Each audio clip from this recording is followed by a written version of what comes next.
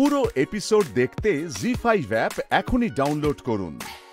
এটা একটা অরিগামি ফ্রেমটা, কোনো গ্লু ইউজ করা নেই, পুরোটাই পেপার দিয়ে করা।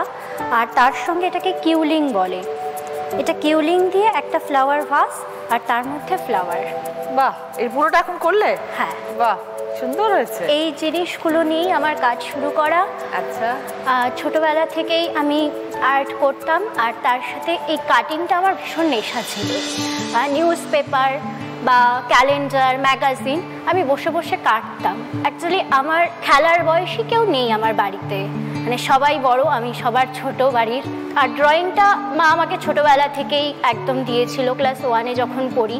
আর আমার ঠামা ভীষণ ভালো সেলাই করতেন, ভীষণ ভালো, মানে প্রচুর সেলাই। আমি ভীষণ যেটাকে বলে এমব্রয়ডারি, সেটা করতেন। আমার মাও করেন, এখন পারে না, কিন্তু আগে প্রচুর কিছু বানাতেন। এবার সেটা দেখে দেখে আমার ভেতরে ইন্টারেস্ট হয়েছিল, আর সেখান থেকে আমি সেলাই শিখেছি। কিন্তু ওইটাতে না গিয়ে আমি ক্রাফটের দিকটাতে চলে এসেছি।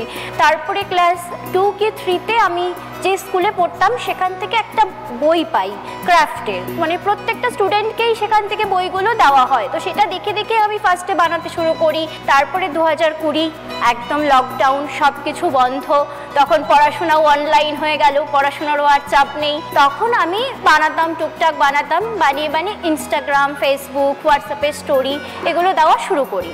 সেখান থেকে অর্ডার আসতে শুরু করে। ধীরে ধীরে ধীরে ধীরে 4 বছর হয়ে গেল প্রায়। আমার জিনিস এখন প্রচুর মানুষের কাছে গিয়েছে, দেশের বাইরেও গিয়েছে। তো এগুলো মোটামুটি বিক্রি করো সব অনলাইনেই? হ্যাঁ, আমার মোটামুটি অনলাইনেই সব হয়। লোকালে ফার্স্টে আমার লোকালেই হচ্ছিল, লোকালে। তারপরে ধীরে ধীরে ধীরে ধীরে বাইরে যাওয়া শুরু হলো, বাড়ছে, মুখে মুখে তো হয়। আমার পেজও রয়েছে, দ্য ক্রাফট হাউস। সেই পেজে এখন প্রচুর মেম্বার্সও রয়েছে। কিরকম ধরনের জিনিস বানাও? এইগুলো এই ধরনেরই গিফট আইটেম, বিভিন্ন ধরনের ফটো ফ্রেম। এখন আমি রিসেন্টলি 2 বছর থেকে রেজিন ওয়ার্ক করছি। হাতের কাজ মানে তো খুব সূক্ষ্ম, অনেক সময় লাগে। প্রচুর সময় লাগে, ধৈর্যের ব্যাপার। হ্যাঁ, প্রচুর সময় লাগে, প্রচুর ধৈর্য লাগে। কতক্ষণ সময় দাও সারাদিনে? সারাদিনে মোটামুটি এটার উপরেই চলে, এর উপরেই আমার সারাদিন চলে। এখন আমি স্টুডেন্টকেও শেখাচ্ছি। রিসেন্ট 1 বছর হলো আমার স্টুডেন্ট হয়েছে, এখন 10 জনের মতন স্টুডেন্ট রয়েছে। আর দিদি, আমরা তো একদম পিছিয়ে পড়া জেলায় একটা বলতে গেলে।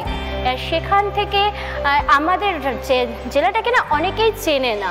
আমি রিসেন্ট কাজ করতে গিয়ে দেখেছি, যখন আমাকে বলে তুমি কোথা থেকে, আমি যদি বলি গঙ্গারামপুর, ওটা কোথায়?